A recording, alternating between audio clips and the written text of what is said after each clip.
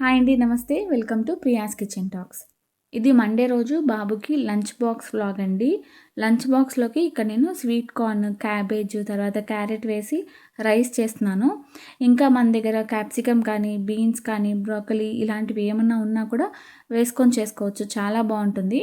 ముందైతే రైస్ పెట్టేశానండి. రైస్ కొంచెం పొడి పొడిగా ఉండాలి. చల్లారితే బాగా పొడి పొడిగా వస్తుంది.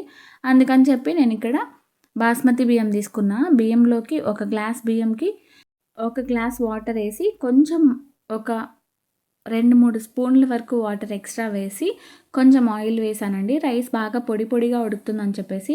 ఒకవేళ బియ్యం నానబెట్టి ఉంటే మాత్రం ఒక గ్లాస్‌కి ఒక గ్లాస్ వాటర్ అయితే కరెక్ట్‌గా సరిపోతుంది బాస్మతి బియ్యము. అయితే నార్మల్ బియ్యంతో కూడా చేసుకోవచ్చు. ఇది కొంచెం టేస్టీగా ఉంటుంది కదా అని చెప్పి కొంచెం వేసానంతే.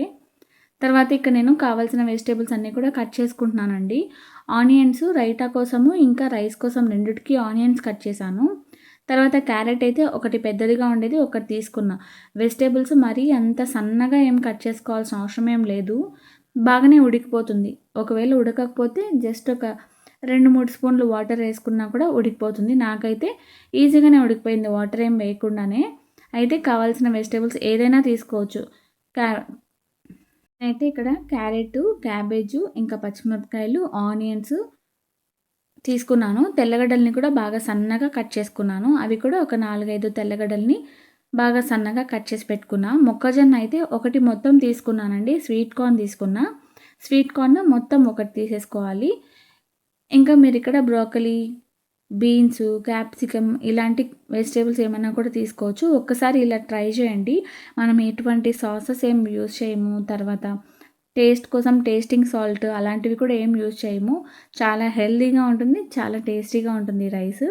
ఈ వెజిటబుల్స్ అన్నీ కూడా కట్ చేసిన తర్వాత ఇక్కడ నేను మొక్కజొన్నని కూడా బాగా ఒలిచి పెట్టేసుకున్నాను. ఒలిచిన తర్వాత ఒకసారి కడిగి పెట్టేసుకున్నానండి. ఇప్పుడైతే రెసిపీ అయితే స్టార్ట్ చేద్దాము. రైస్ అయిపోయింది. రైస్‌ని కూడా స్టవ్ ఆఫ్ చేసి పెట్టేశాను. ఒక్క విజిల్ వస్తే సరిపోతుందండి బియ్యంకి. బియ్యం బాగా పొడి పొడిగా ఉండాలి. అలాని ఉడకకుండా కాదు, బాగా ఉడికి పొడి పొడిగా ఉండేలా చూసుకోండి. అప్పుడు టేస్ట్ బావుంటుంది. ఇప్పుడైతే రైస్ స్టార్ట్ చేసేసాను. ప్యాన్‌లోకి ఆయిల్ వేసుకున్నానండి. ఆయిల్, నెయ్యి కూడా వేసుకోండి బావుంటుంది. నేనైతే ఆయిల్ మాత్రమే వేశాను. తర్వాత కట్ చేసుకున్న తెల్లగడ్డలు, పచ్చిమిర్చి వేశాను. తర్వాత కరివేపాకు కూడా వేసేసి అవన్నీ కూడా బాగా వేగిన తర్వాత ఆనియన్స్ వేసుకున్నాను. ఆనియన్స్‌ని కూడా బాగా ఫ్రై చేయండి ఆయిల్‌లో. ఆయిల్ కొంచెం ఎక్కువే పడతది. కొంచెం మామూలుగా మనం యూజ్ చేసే ఆయిల్ కంటే కూడా ఒక హాఫ్ లేదా 1 స్పూన్ ఎక్స్ట్రా ఆయిల్ పడుతుంది అంతే.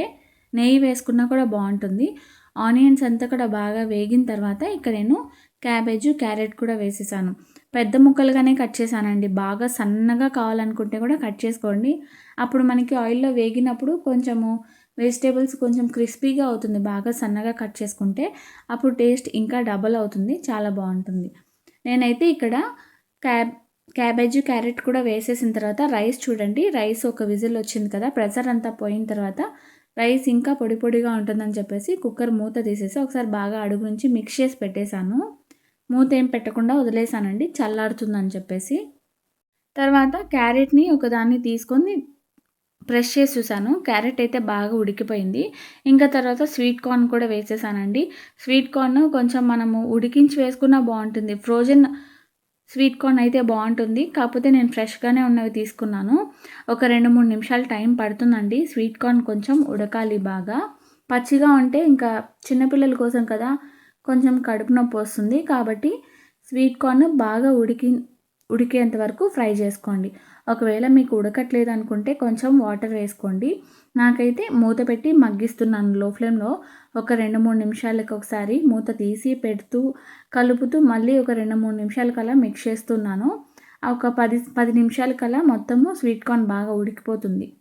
ఒక స్వీట్ కార్న్‌ని అలా ప్రెస్ చేసి చూడండి. మనకు బాగా తెలిసిపోతుంది ఉడికిపోయినట్లు. నేనైతే ఇక్కడ చెక్ చేస్తున్నాను. ఇంకా కొంచెం ఉడకాలి. అందుకని మళ్ళీ మూత పెట్టి ఒక 2, 3 నిమిషాలు బాగా ఉడికించాను. ఇంకైతే బాగా స్వీట్ కార్న్ బాగా ఉడికిపోయింది. మొత్తం అంతా కూడా ఒకసారి కలిపేసాను అంతే అండి. ఇందాక నేను వెజిటబుల్స్ వేసినప్పుడే సాల్ట్ కూడా వేశాను. చెప్పలేదు. సాల్ట్ కూడా వేశానండి. సాల్ట్ కూడా ఒకసారి చెక్ చేసుకోండి. సాల్ట్ వేసేసి అంతా బాగా ఉడికిపోయిన తర్వాత ఉడికించుకున్న అన్నం వేసేసాను. మొత్తం అన్నం సరిపోతుందనుకున్నాను కానీ కొంచెం అన్నం అలానే ఉంచేశాను. ఒకవేళ బాబు పెరుగన్నం తినేసి వెళ్తాడేమో బ్రేక్‌ఫాస్ట్‌లోకి అని చెప్పేసి కొంచెం రైస్ వదిలేసాను. తర్వాతొచ్చేసి అన్నం వేసిన తర్వాత కొద్దిగా మిరియాలని దంచుకొని వేసుకున్నానండి. మిరియాల పొడి కొంచెం, కారం కొంచెం తక్కువ అనిపిచ్చింది నాకు. పచ్చిమిర్చిలో నుంచి కారం కొంచెం తక్కువ అనిపిచ్చింది. అందుకని మళ్ళీ కొద్దిగా మిరియాల పొడి కూడా వేశాను. వేసేసి బాగా కలిపేసానండి. మీరు నమ్మరసలు మనం బయట రెస్టారెంట్స్‌లో 200, 300 పెట్టి తీసుకుంటాం ఇదే రైస్. కానీ మనం సింపుల్‌గా అన్ని వెజిటబుల్స్ తెచ్చుకుంటే అదే టేస్ట్‌తో చాలా సింపుల్‌గా, చాలా టేస్టీగా చేసుకోవచ్చు. రైస్ అయితే అయిపోయింది. తర్వాత ఇక నేను పెరుగు కూడా రైతా కోసము పెరుగులోకి కొంచెం సాల్ట్ వేసి, కట్ చేసుకున్న ఆనియన్స్ వేసేసి ఒకసారి బాగా కలిపేసాను. అంతే అండి. ఇంకా లంచ్ బాక్స్ అయితే ప్యాక్ చేసేసాను బాబుకి. చూడండి ఎంత పొడి పొడిగా ఉందో రైస్ అంతా కూడా. అన్ని వెజిటబుల్స్ కూడా బాగా ఉడికాయి. ఒకసారి ట్రై చేయండి. డెఫినెట్‌గా మీకు నచ్చుతుంది.